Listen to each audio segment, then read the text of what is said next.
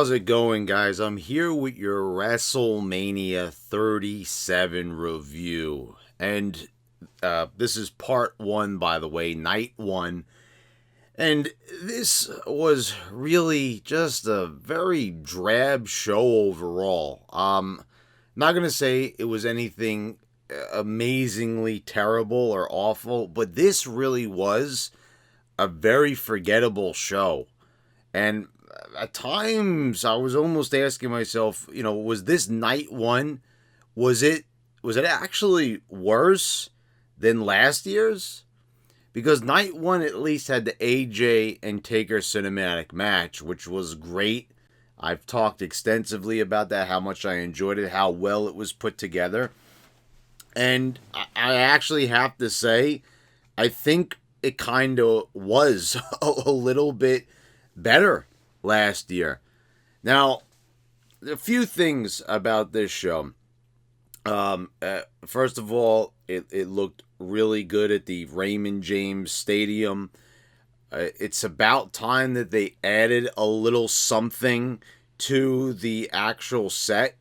I've said this like time and time again. You guys would remember that the old shows, not even that many years ago. Well, actually, I guess it was, before they went HD.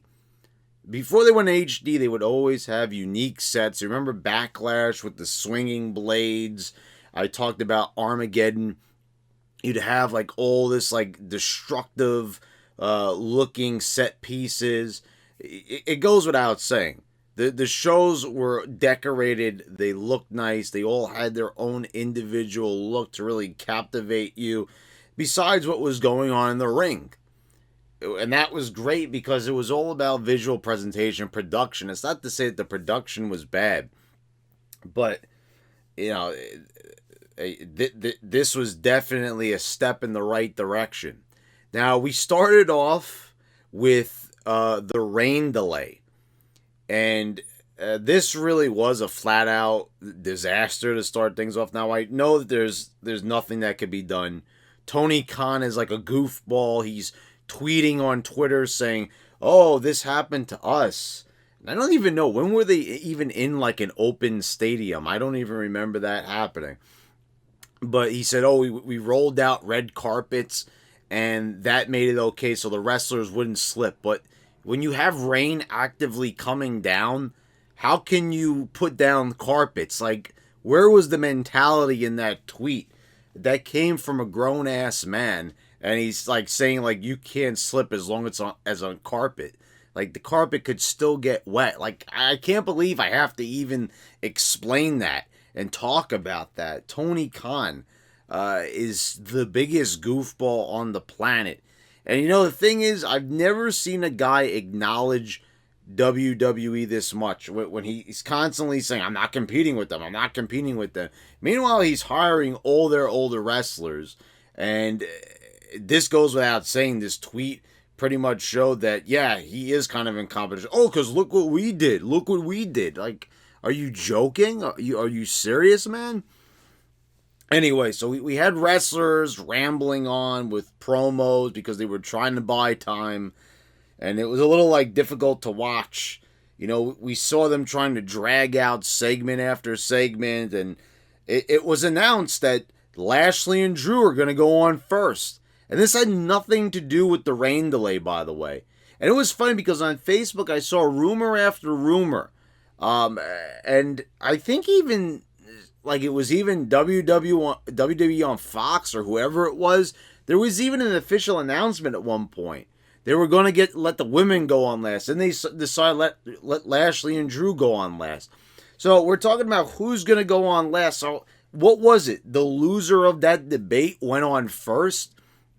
Now, look, I get the mentality here about, kicking off a show can be just as important as closing a show.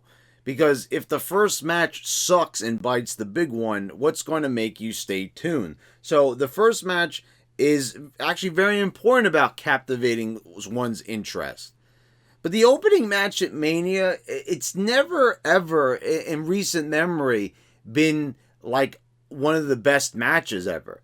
It's usually just something, quick, anything really more than like 8 minutes from how it used to be.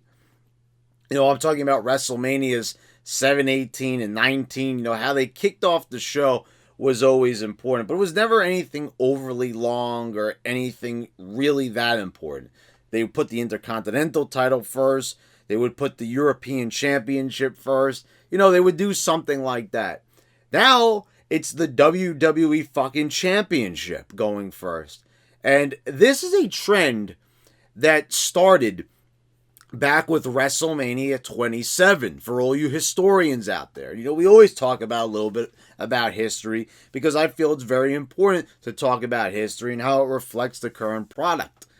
And, thing is, Edge, believe it or not, it started with Edge. Edge being the champion. He was the World Heavyweight Champion. Del Rio won the biggest Royal Rumble of all time when they did 40 guys in the Rumble. Now, you would think a guy who's won the Rumble, this is definitely the main eventer. Because they said, you get a chance to main event WrestleMania and face the World Championship. But they said, let's put it on first. Let's do something unique. And I kind of understand that. Because they had 2 world titles at the time. And, it's like, okay, so you're going to have like 1 world title there. And they never like to do them back to back. Even though they did do that night 2 last year, which makes this even more confusing. So you kind of saw a little bit the method to the madness because you don't want to burn the crowd out. It kind of made sense doing it when it was just on the network. See, it's even kind of melding over in my mind, and I'm thinking to myself, well, it just really doesn't make sense. But the idea was, to let the crowd down with another match in between. They did this year after year when they had 2 belts, when they had the brand split, and technically they do still have the brand split, some sort of weird brand split that's not really all that consistent all the time, with people flowing over from different shows. But it really started off with Edge and Del Rio. And this set the precedent for how WrestleManias would go in the future. And we saw it 2 years ago with Seth Rollins and Brock Lesnar. They had the opening match. And, they wrestled for the Universal Championship. And it really looks ridiculous to have an important world title go first. Because there's been many comparisons of this. Can you imagine in the UFC if your main event was not the World Heavyweight Championship, or whatever belt was being defended on that UFC show? Can you imagine if that championship match didn't go last? I mean, in boxing, what I'm saying, there's so many different other similar types of sports. This is not a sport, but you get what I mean. It's a sports style presentation. You kind of see what I'm talking about. How stupid it would look if they had the most important match going on last. On first, rather. Which should go on last is what I'm trying to say. So they really let it spiral out of control. And here we have Drew McIntyre, who wrestled in the actual last match of last year's Mania. Here he is opening the show. And, I don't really see enough people really talking about this and just how stupid it really is. So anyway, after we get through all the jargon, all the nonsense, all the buying of time, and it's raining, I get it. It's an act of God. There's nothing they could do about it. But man, it's a half an hour. It's 8:30, and you really want to see this show get underway. And, luckily, I watched this with friends. My good friend, J Manor Riot, who's here on YouTube. You should subscribe to him, by the way. So, we had people to talk to, but people that are watching this by themselves, and just in general, if you just want to see this show, you want to see this show get underway as quickly as possible. You're invested in the show, you turned it on, you want to see something, and you're just seeing a bunch of wrestlers babble on and pointless promos, and like, okay, they tried it. Never mind that Kevin Owens' audio is cutting out and all this nonsense, but yeah, anyway, that's just par for the course. We've talked extensively about the audio and how just unbelievably terrible it is, and it's usually on SmackDown. But anyway, we have Lashley and Drew McIntyre, and it ends up being a pretty good match. It's not really a match I would say that was memorable. I didn't really find myself going head over heels for this match. But, it was good. Lashley held on to the title, which I was happy. You would think they would have just had Drew win it back, because they would have had that story there where he never lost it to Lashley. But they didn't go that route, and they kept Lashley strong. He looked strong in this finish, and they went with a relatively clean finish. I mean, there was some shenanigans with MVP, but really what led to the end was, it wasn't really that, there wasn't that much tomfoolery at the end there. So I was a little bit surprised by that. They didn't really protect Drew that much. They kind of went with a straightforward finish, and I don't really know what that says for the future of Drew, but first of all, they don't know what to do with this guy. Just like when they're done with Lashley's run, just watch. They're going to drop him down, and you'll see him winning the U.S. title in a few months again. That because that's how it goes. They can never stay consistent with anybody on this show. But whatever. I mean, this is as good as of an opening match as you could possibly get, I suppose. I mean, because it is a main event worthy match. But anyway, we get backstage, and we've got the NWO, and Bayley is showing up here. And, she's not even booked on the show. She's still, dressed like a goof. She's, man, you look at this, and you look at the NWO, and I get it, it's one of the women's wrestlers and the NWO. But can you imagine, you just kind of picture, if Trish Stratus was there in that scene, or China, or Sable even, or Tori Wilson, or Stacy Keibler, and they would look the part. They would not be out of place with the NWO, but it looks like just to me like a teenage girl almost standing there with the NWO. She looked like a fan standing there.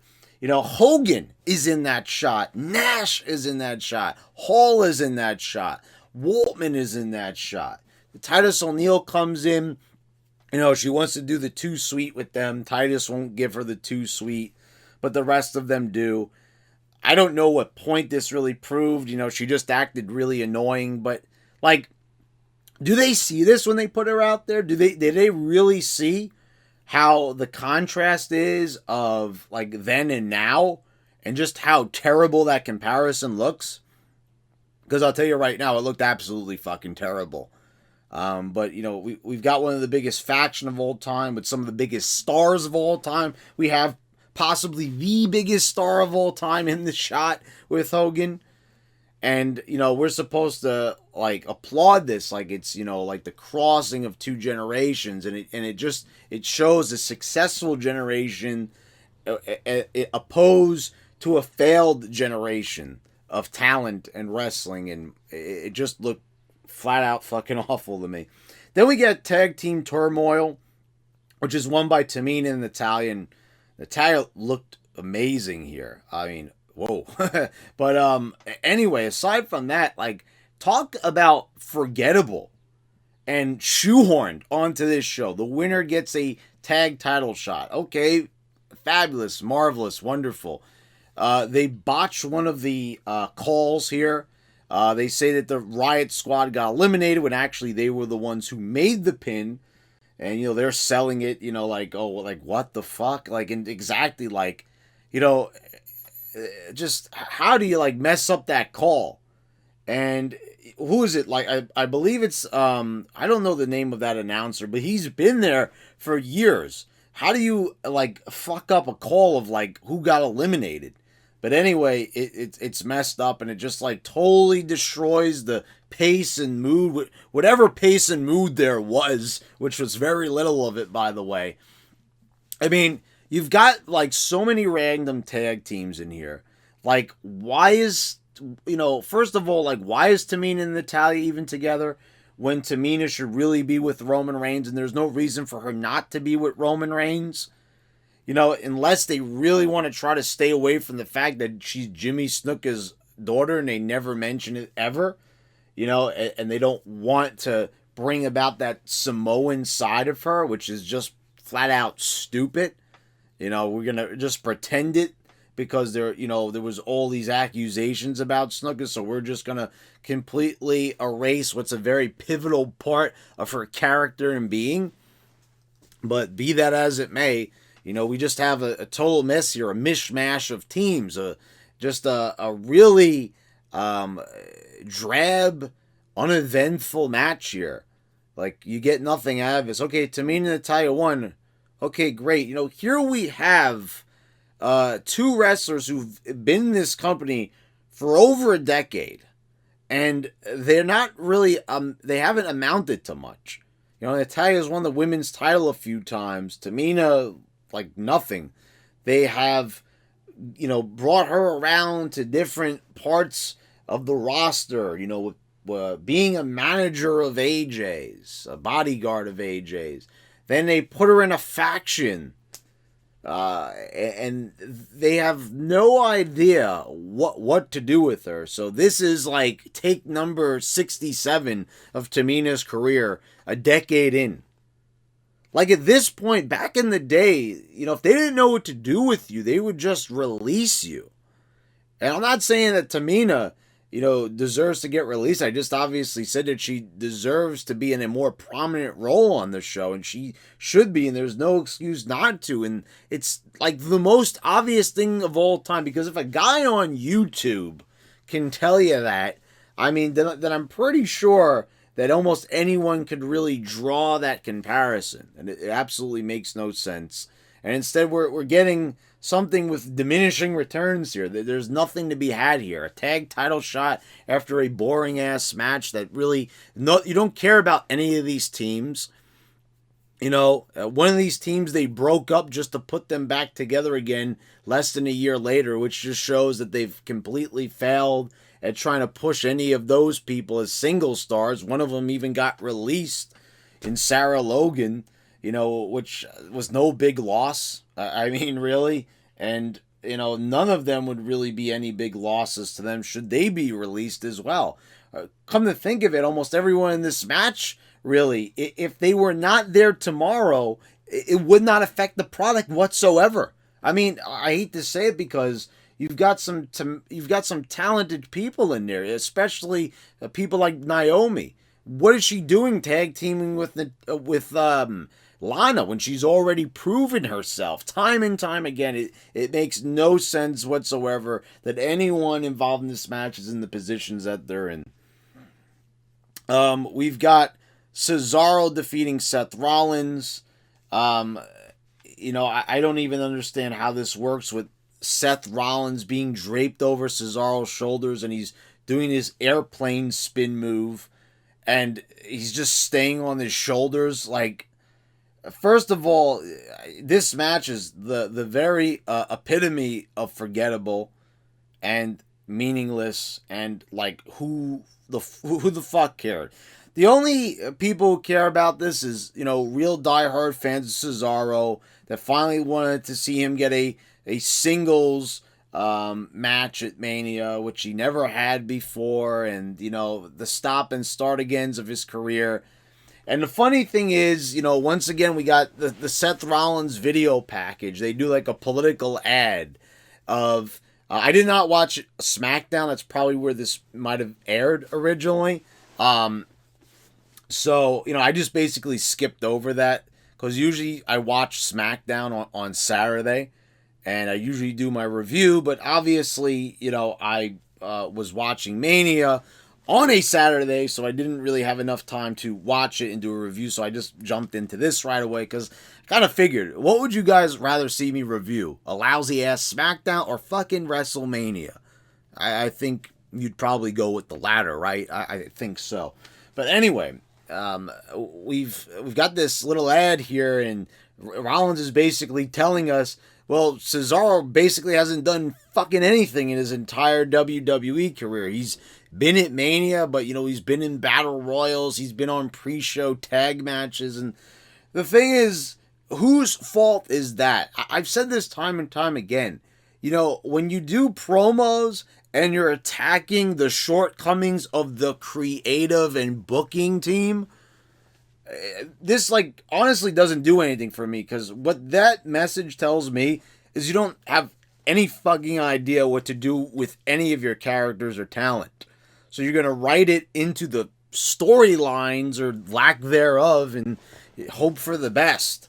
And what you get is the worst, because you just get nothing out of that. You just like, okay, well, Cesaro's just been misused. You're going to probably want to try to hide that as much as possible. Now, I mean, this guy, he's been there for just about a decade now, and they have not done anything. Like, I feel like I'm saying that time and time again. They've been there for a decade. It's really the truth. Yeah, a little bit less, 9 years. 2012, he appeared on our screens, and we really haven't had any really memorable Cesaro moments besides the Andre the Giant Memorial Battle Royal. Like, yeah, if I had to think of a memorable Cesaro moment, that's what I'm going with. Because, you know, what was bigger than picking up the Big Show and dumping him over the top rope? Nothing really that comes to mind. You know, you had him in the bar for years with Sheamus. I mean, it was a good tag team, I'd say, but no, they didn't really do anything that memorable where I say, oh, remember that match with Cesaro? No, when you reminisce, you think of other matches way before Cesaro. Cesaro might be your 162nd wrestler that you might think of in a list of best matches or most memorable moments of all time in WWE history, right? So, you know, that's what you get here. So, Cesaro wins with the neutralizer. We move on, and basically everyone probably forgot about this match right after it ended. At least I did. AJ and Omos defeated New Day. Omos gets tagged in at the end. He completely destroys New Day. He puts his foot on top of Kofi Kingston, your former champion, by the way. I mean, this is another thing what you really have to think of. Really, like a champion at WrestleMania 35, the world champion. Well, they didn't even main event because the ladies main evented. So we give the spot to Kofi Kingston and Daniel Bryan for your Universal title match 2 years ago. To me, that match was a boring match that was not worthy of being a WrestleMania title match, but whatever. It wasn't even the main event, so to speak. And even though there is now main events, which kind of makes no sense that there's more than one main event. Like, I'm sorry, you have to choose a main event. You have to choose what the main event. How could there be more than one main event? You know, it just doesn't make any sense. That's supposed to be the number one match that you're building to, the most important thing on the show. Most of the time, it should be for the world title, right? There's very few moments where another match would supersede the world title match, except with maybe Hogan and Rock at WrestleMania 18, right? I think a lot of people would agree with that. But here, you know, we've got Kofi Kingston, Kofi Mania, or, you know, some Mania that was. Look where he is 2 years after at Mania. Just in a tag match, dropping the tag titles to AJ and Omos. And, you know, okay, we've got a little comparison here with AJ and Omos to Kevin Nash and Shawn Michaels, of course. Especially after jumping off his shoulders, there's going to be tons of comparisons to that classic duo. But the thing is, that classic duo was before Shawn Michaels or Kevin Nash became world champion. So they're going backwards here. AJ Styles, and I said this in the Facebook group, Wrestling Juggernauts, you know, which is run by General Jerry, who's also another great YouTuber, by the way. This guy, AJ Styles, main evented night 1 of Mania last year against the fucking Undertaker in his last ever Mania match. in his last ever match in WWE, mind you. And here he is in a tag match after winning numerous world titles. I just can't get over that fact. That how can you fall from grace within 1 year? It just does not make any sense to me. I'm like, I can't even properly describe just how mind-numbingly stupid that is. That you can't even hold that guy at a spot on the card for 1 year. Now, I get it, you can't main event Mania every year, but Jesus Christ, I mean, like, what a comparison that is. What a juxtaposition. I mean, you were in the most memorable match at Mania last year, and now you're probably in the most forgettable match at Mania. And this match was more about Omos than it was about AJ. Because we all looked as like, as Omos dominated. And he did look good in the domination spot, never leaving his feet. It was a good big man moment. Kind of something that you didn't get in years from WWE. We were being told that everyone's on the same level, basically. When we saw guys like Finn Balor triumph over Roman Reigns and take Brock Lesnar to the limit. Thank God that those days seem like they're somewhat behind us. Then we've got Braun Strowman defeating Shane McMahon in what was a pretty decent steel cage match. I don't know. I wasn't, again, head over heels for this match, but I did like Braun ripping the cage open. Shane McMahon getting hip tossed off the top. So, he didn't jump off the top, but sort of an involuntary swanton bomb off the top, I guess you could say. Braun gets the win with a power slam in the ring and gets the pin. Elias and Jackson Riker, had some hijinks there. And, again, Elias having a Mania match last year. No Mania match, just doing run-ins this year. Nothing is consistent. Nothing is sacred.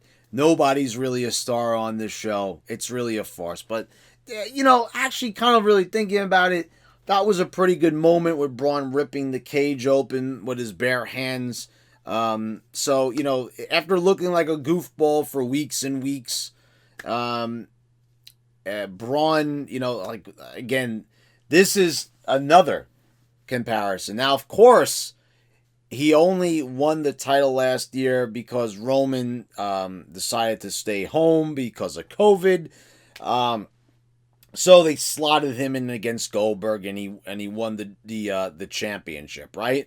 Okay, so with that in mind, we move on a year later once again, and Braun's just in the match with basically no stakes against Shane McMahon.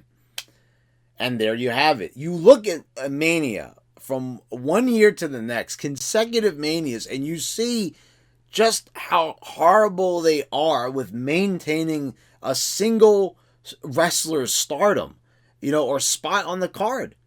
Okay, it's a good moment and everything, a serviceable match, but this guy was world champion by the end of Mania last year, almost, it was the second to last match at Mania, but you get my point.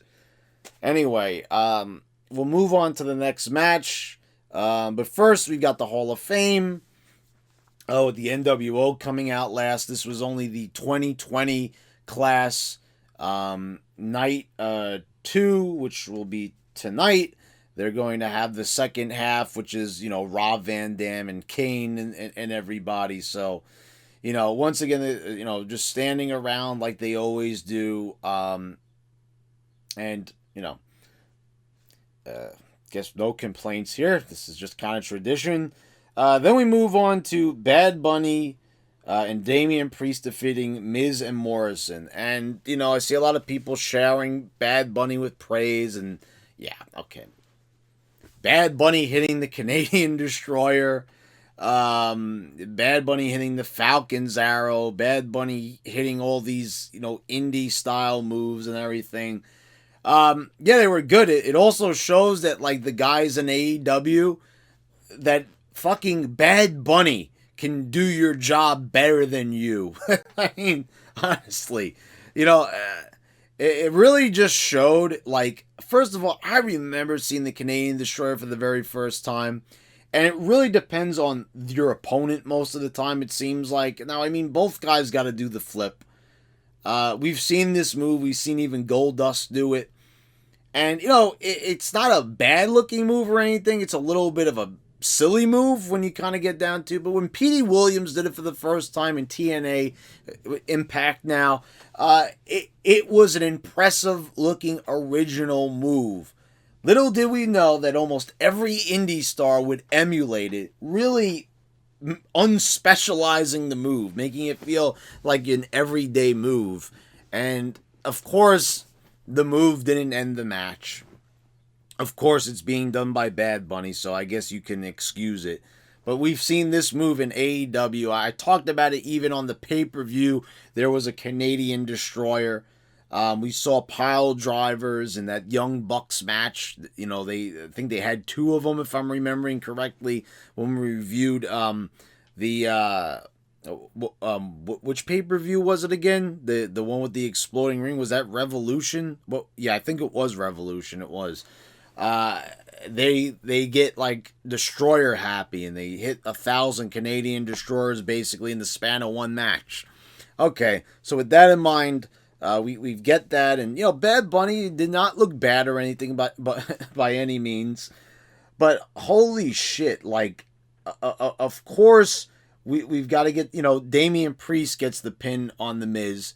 You know, I thought it was going to be Bad Bunny getting the pin, but you know, we've got Damian Priest getting the revenge on The Miz, so I guess they don't have to thoroughly embarrass him. But once again, I have to say, you know, Miz, holy fucking shit. I know he wasn't on last year's show. We can't do that comparison.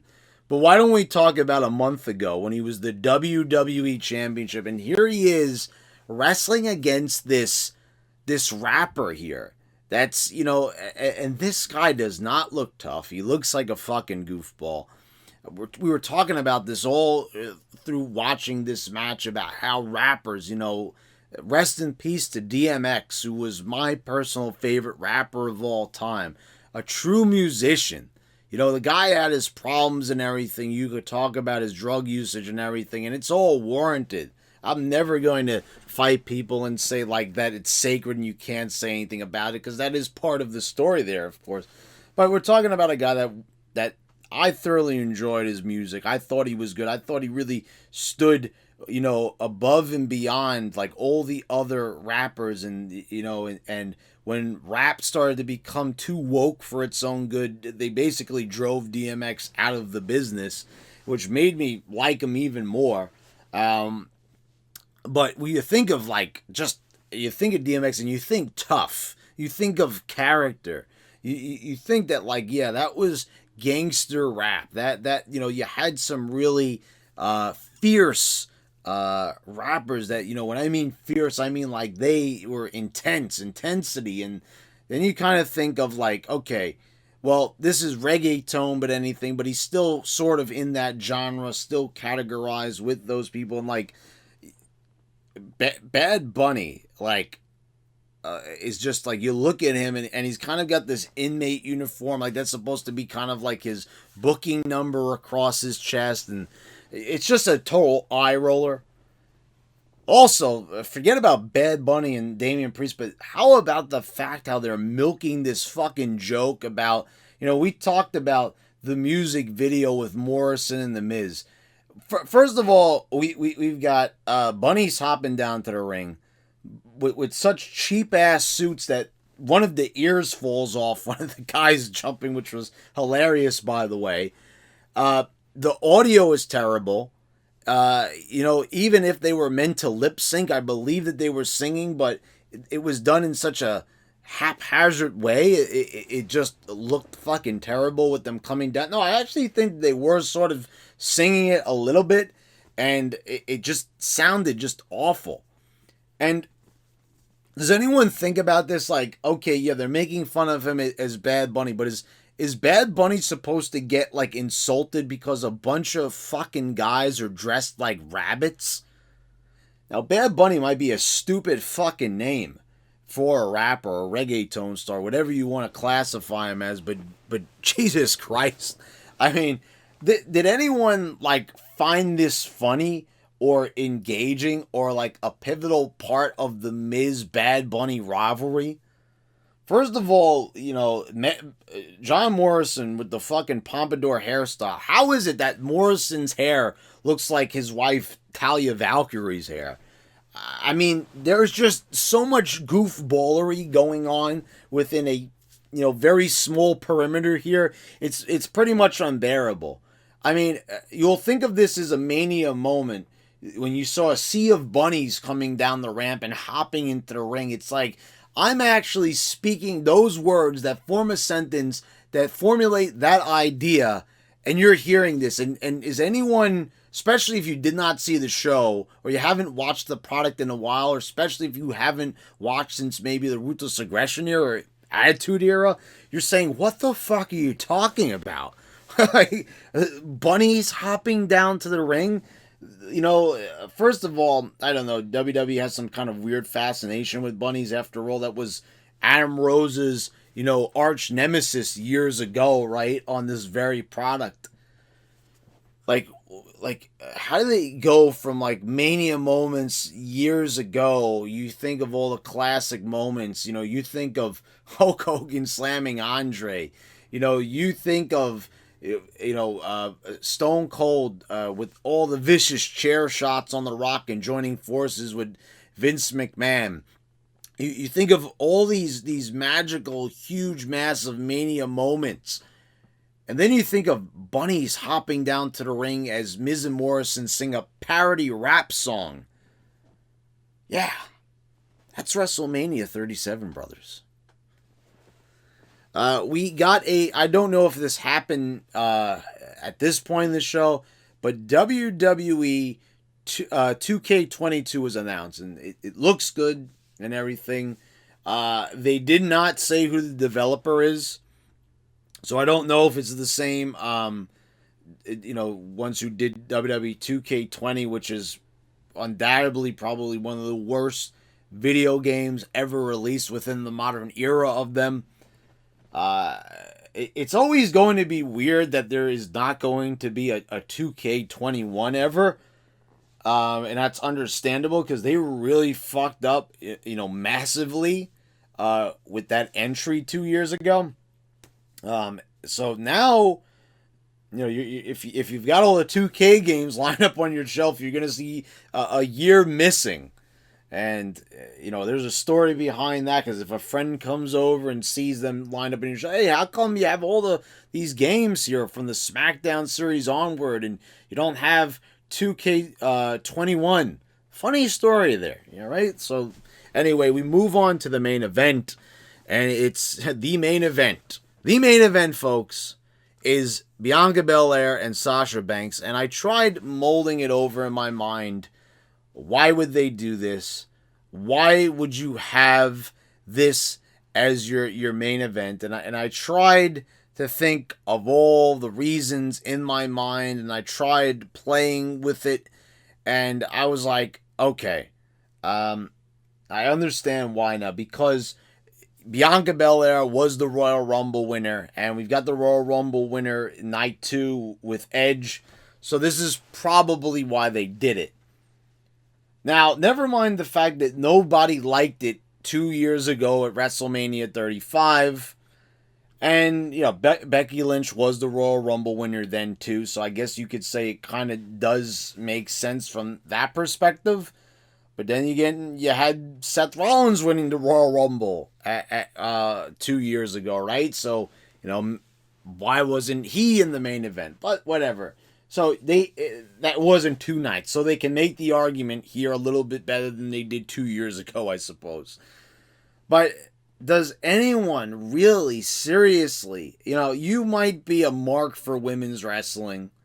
I don't really care for it. That's just my personal opinion. I've talked about women's wrestlers that I've liked. I've talked about women's matches that I've liked. I've pointed it out when I thought something was good. There were even times when I even said that I didn't mind certain Sasha Banks matches, even from a few months back on here. So, I'm fair when it deserves to be, praised or even, just complimented a little bit. So, as I say, I believe I'm probably one of the fairest people here on YouTube when it comes to analyzing almost anything. So, this match right here, this was pretty lousy to me. It just was. There was no big match feel to this. It felt empty. It felt drab. Sasha Banks with like the world's sloppiest knee, almost looking like she was going to take off Bianca Belair's head. It's like at this point, she's like a veteran. She's been in, NXT and WWE for how many years now, and she's still like wrestling like a goofball, still looking bad out there, like, just totally not looking like a star. I mean, I'm thinking of just like I told you, my favorite Mania match, my favorite match of all time with Stone Cold and The Rock at WrestleMania 17, and thinking about just how tight everything looked in that match. You had two pros just, beating the hell out of each other in a bloody warfare of a match, and everything just looked phenomenal. And you look at this main event here, and it's anything but that. And it's a joke. I like Bianca Belair gorilla pressing Sasha and walking up the steps with her. If she could pick up Otis, she could definitely pick up a 90-pound Sasha Banks. Still impressive nonetheless to still keep her firmly pressed with like her arms fully raised is just, for a woman, it is amazing. And it truly was. It truly was. And anyway, yeah, so Bianca Belair gets the win at the end. She whips her with her ponytail into Sasha Banks' abdomen. She gets fucking cut open. I don't know how anyone else feels about this, but I've mentioned this before. I think it's goofy as shit that she has that long ponytail like that and that she uses as a weapon. I think that is hokey to the maximum umpteenth degree. I don't know. I think a lot of people like that. I guess you could even say that maybe she wouldn't have got to where she is without that long ponytail being her thing. And I get that. I really do. But it's just, for like a main event star that you're supposed to be taking seriously. And everything with her with just the big smile and everything. And she's just, I'm so happy to be here. It's not a big star. It's not a big main event. It's just not, the whole thing is just so damn hokey. Everything, I get it. You want to have the family there. You want it to be a big celebration. You want it to be a feel-good moment. But come on. I mean, the crying and the smiling and the family embrace, like, is anyone just watching this and not cringing? I mean, honestly, I know there's going to be people just saying you're a terrible person for saying that, but this is fucking wrestling, man. This is fucking wrestling. And we're crying almost every opportunity we get, especially when we're being told that the women, the women's revolution, the women empowerment, and everything that goes into this complete farce of trying to make them equal to the men in wrestling, which has always been and always will be primarily about the men in there. It doesn't matter how many Royal Rumbles, Hell in the Cells, Elimination Chambers you throw the way of the fans. It's just not going to amount to that equality you're looking for. It's the same thing. The WNBA will not be as popular as the NBA. It's just not going to happen. The women's in the UFC will never be as popular as the male fighters. You will get those rare occasions. When you have a Ronda Rousey. You will have those moments when you have a Gina Carano, but you're not going to have that in wrestling. It's just no one is going to buy it. And does it not show in the ratings? Is that not sending a message to them? I don't know why they would make this decision again to close out the show, and it just feels as empty as possible. Now, kind of in retrospect, having Lashley retain and everything, that also, the way how that opening match was, I don't know if that really was the best way to end the show. Because you did have moments, I guess you could have had maybe Drew do something to MVP, but I don't know. That match did not feel like it would also be main event worthy the way how it was put together and to close out a Mania, even a night one like that. Just my opinion there. Maybe that's why they did it, because they didn't want to take the wind out of people's sails. But this just alone, was not a good backup plan, because this just wasn't a good way to end things as well. I'm like, okay, after the cage match and everything, like, you lead up to this point and you're just like, okay, we see it. Bianca Belair is not the big star. She's not the next Rock. She's not the next Stone Cold. She's not even the next D'Lo Brown, for God's sakes. I'm just saying. Anyway, guys, I don't know. Let me know what you think down in the comments below. So, like, overall, did I think this Mania was bad? Did I think it was unbearable? No, I don't think it was really unbearable, but I don't think it was good. It was, decent, I suppose. Barely decent. It was kind of bad. It kind of was. Just to say this. So we'll see how night 2 is, right? I'll see you right here for that review, guys. So stay tuned for that. And if you haven't subscribed, please do so. Click the bell so you get all notifications when I post all my new videos. I want to thank all my patrons for your continued support. And thanks again for watching, guys. I will see you next time.